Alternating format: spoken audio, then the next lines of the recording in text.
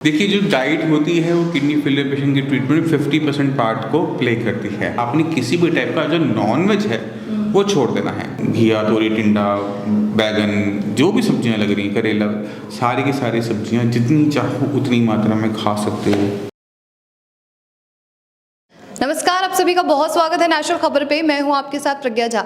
पिछली बार जब हमने बात की थी किडनी के ऊपर, तो उसमें किडनी फेल क्यों होता है, किस तरीके से होता है, क्या क्या प्रॉब्लम्स फेस करनी पड़ती है एक किडनी फेलियर पेशेंट को, इन सारी चीज़ों के बारे में हमने जो है बात की थी। और हमारे साथ उस वक्त में डॉक्टर पुरु धवन जी जुड़े हुए थे, जो कि एक किडनी एक्सपर्ट है। तो आज भी हमारी टीम जो है यहाँ गुरुग्राम पहुंची हुई है, श्रेयास के साई संजीवनी हॉस्पिटल में पहुंचे हुए हैं और अभी हमारे साथ फिलहाल मौजूद हैं डॉक्टर पुरु धवन जी। तो बहुत बहुत स्वागत है सर आपका।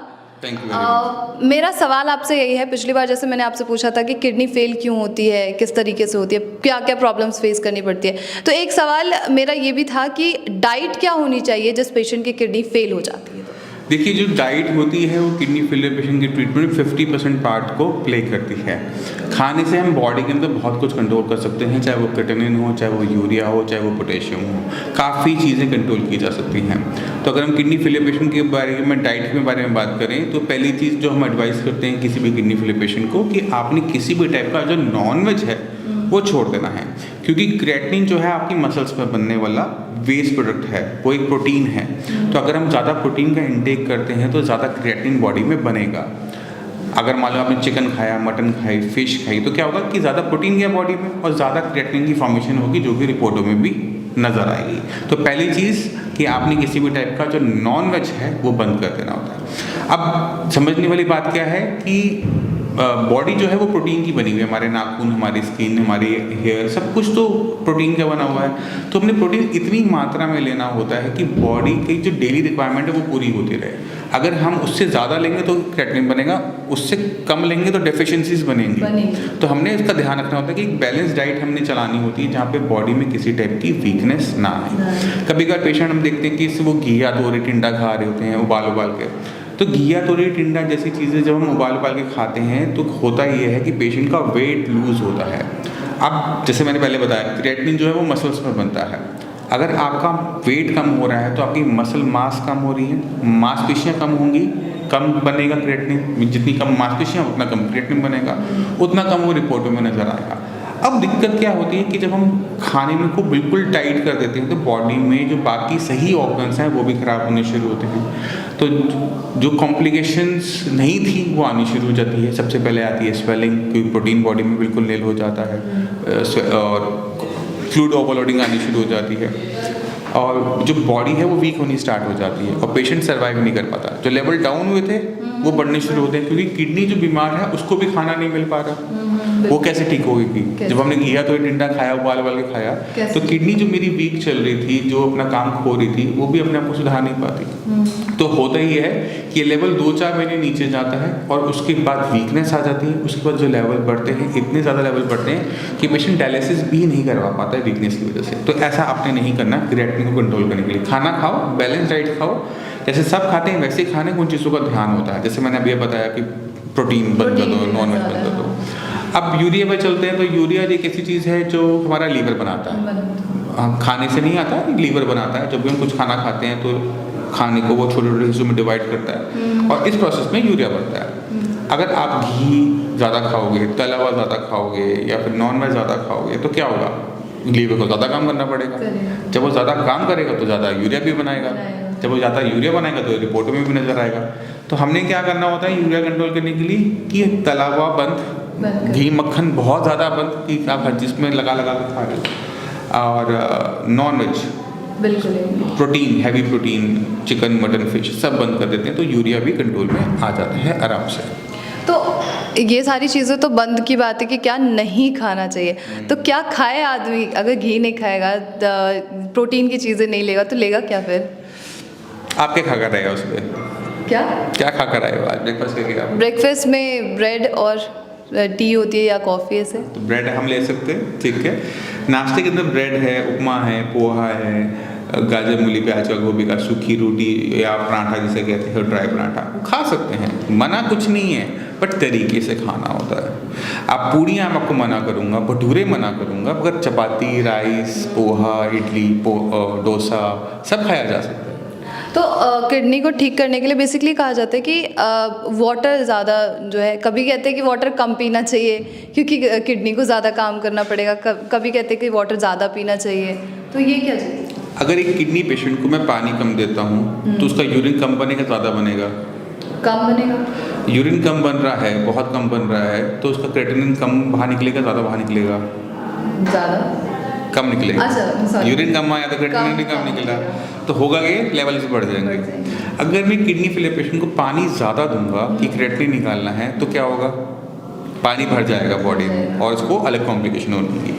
तो एक तरफ कुआं है, एक तरफ खाई है, अब आपको बीच में से जाना है। अगर पानी कम लोगे तो किडनी खराब होती है और स्पीड से, ज़्यादा पानी लोगे तो फ्लूइड लंग्स में पानी भरने की शिकायत, पैरों में भरने की शिकायत देखने को मिलेगी। तो आपने क्या करना होता है किडनी पेशेंट ने कि अपनी बॉडी में जो सेंसर भगवान ने दे रखे हैं ना, उनको सुनना है, उनको समझना है। गला सूख रहा है, होंठ सूख रहे हैं, मतलब शरीर में पानी की कमी है। आपने एक टाइम में 1 कप पानी पी लेना है। अच्छा। अब हम क्या करते हैं कि हम थोड़ा थोड़ा पानी पीते हैं, तो हम एक लंबे ड्यूरेशन में पिया, मतलब 1 लीटर पानी एक साथ नहीं पिया, मैंने उसको 1 घंटे में पिया। 1 घंटे के अंदर बीच में हमें यूरिन आ जाता है तो वो पानी बाहर निकल जाता है। ये कुछ ऐसा है जैसे दिल्ली मेट्रो में अगर मैं भीड़ को कहूँगा घुसो तो कोई नहीं घुस पाता, सब टकराते रहते हैं। बट अगर सब लाइन से घुस रहे होते हैं, सब स्पीड से होते हैं। तो जब आप 100 ml पानी लेते हो और उसे रिपीटिशन में रखते हो तो वो कुछ लाइन में हमने वाटर एक इंटरवल में डाला तो वो साथ साथ निकलता भी रहता है, तो स्वेलिंग नहीं आती, कुछ नहीं होता, बॉडी में पानी की कमी भी नहीं होती और क्लीनिंग होती रहती है।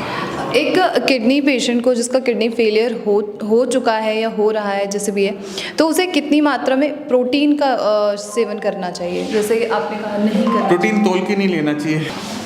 किडनी फेलियर पेशेंट को जो प्रोटीन है उसको भी बहुत ज़्यादा नाप तोल के लेने की ज़रूरत नहीं होती।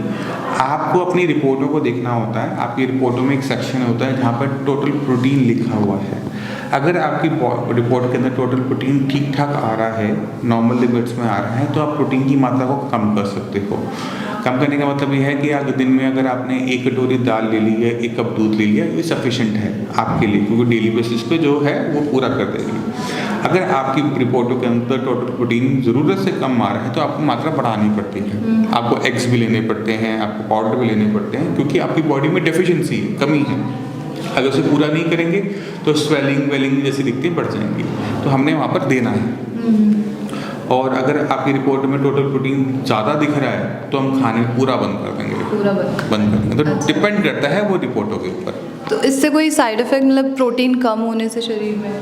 अगर बॉडी में टोटल प्रोटीन कम है तो सबसे पहली दिक्कत जो आपको देखने को मिलेगी वो है बॉडी में स्वेलिंग आना, क्योंकि ये जो प्रोटीन कम हुआ वो कहाँ से कम हुआ है? वो हमारे ब्लड से कम हुआ है। अब ब्लड में जो गाढ़ापन है वो क्या चीज़ देती है? वो प्रोटीन देता है, वो कोलेस्ट्रॉल देता है।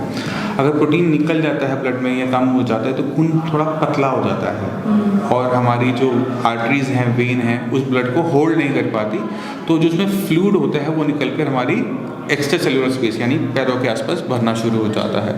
अब जब लेटेगा पेशेंट तो पैरों में जो पानी था वो फेफड़ों में भरना शुरू होता है और उसको घुटन और सांस लेने में दिक्कत महसूस होती है, तो कॉम्प्लिकेशंस बढ़नी शुरू हो जाती है। आपने मतलब प्रोटीन से तो काफ़ी सारी चीज़ें बनती हैं, नेल्स, हेयर्स, सब कुछ शाइनिंग होती है, तो ये भी तो, इनमें भी तो प्रॉब्लम्स आती होंगी कि बाल झड़ रहे हैं या कुछ और चीज़ें? अगर बॉडी में प्रोटीन की कमी हो रही है तो ये तो कॉस्मेटिक पार्ट है। जब किडनी का पेशेंट होता है तो उसमें कॉस्मेटिक पार्ट नहीं देखना चाहिए कि बाल कैसे हैं, कैसे हैं, वो सबसे लीस्ट प्रायोरिटी में आ जाती है। बट हाँ, स्किन डल हो जाती है, नेल्स थोड़े सॉफ्ट हो जाते हैं, बाल थोड़े ग्रोथ रिटार्ड हो जाती हैं, बड़े नहीं हो पाते, ये कॉस्मेटिक चीज़ें होती हैं। तो अगर ट्रीटमेंट ले रहा है कोई, तो उस वक्त में क्या क्या प्रिकॉशंस उसे फॉलो करने पड़ते हैं फिर? किसके रिगार्डिंग? किडनी फेलियर के रिगार्डिंग? बस यही है कि खाने पीने जो आपको दिया जा रहा है, समझाया जा रहा है, उसको आपके ढंग से फॉलो करना है। कुछ चीज़ें आपकी बिल्कुल बंद होती हैं, जैसे चाय, कॉफ़ी, खट्टी चीज़ें जितनी भी हैं सब बंद हो जाते हैं। ज़मीन से नीचे लगने वाली जो भूरे रंग की सब्जियां हैं, आलू, शकरकंदी, अरबी, जिम्मू, कचालू, जिनके अंदर पोटेशियम की मात्रा ज़्यादा है, वो पूरी तरह से बंद कर दी जाएगी। पालक, बथुआ, मेथी, सरसों, धनिया, पुदीना, जितनी भी पत्तेदार सब्जियां हैं हरी, इनके अंदर भी पोटेशियम की मात्रा ज़्यादा होती है, तो इनके साग और चटनियाँ बंद कर दी जाती हैं। बाकी रोटी सब्जी जितनी खानी है खाओ। जो भी सब्जी फल की तरह लग रही है बेल पे, पौधे पे, जैसे फलियाँ हो गई, घिया, तोरी, टिंडा, बैगन, जो भी सब्जियाँ लग रही हैं, करेला, सारी की सारी सब्जियाँ जितनी चाहो उतनी मात्रा में खा सकते हो। मेरा एक आखिरी सवाल आपसे ये रहेगा, जैसे आपने बोला था क्रिएटिनिन, जो वर्ड बोला था मुझे भी नहीं समझ आया और शायद कुछ लोगों को जो दर्शक होंगे उन्हें भी नहीं समझ में आएगा, तो क्या चीज़ होती है क्रिएटिनिन? तो क्रिएटिनिन जो होता है ये हर किसी की बॉडी में बनने वाला वेस्ट मटेरियल है, जो कि हमारी मसल्स में बनता है। अब ये मेरी बॉडी में भी बनता है और एक किडनी फेलियर पेशेंट की बॉडी में भी उतनी ही मात्रा में डेली बेसिस पे बनता है। अब ये जो क्रिएटिनिन है, हम इसको निकालने का काम हमारी बॉडी में कहाँ होता है? किडनी का। अगर अब किसी तरह से किडनी को नुकसान हो जाता है तो डेली बनने वाला क्रिएटिनिन डेली बाहर नहीं जा पाता, पूरी मात्रा में बाहर नहीं जा पाता।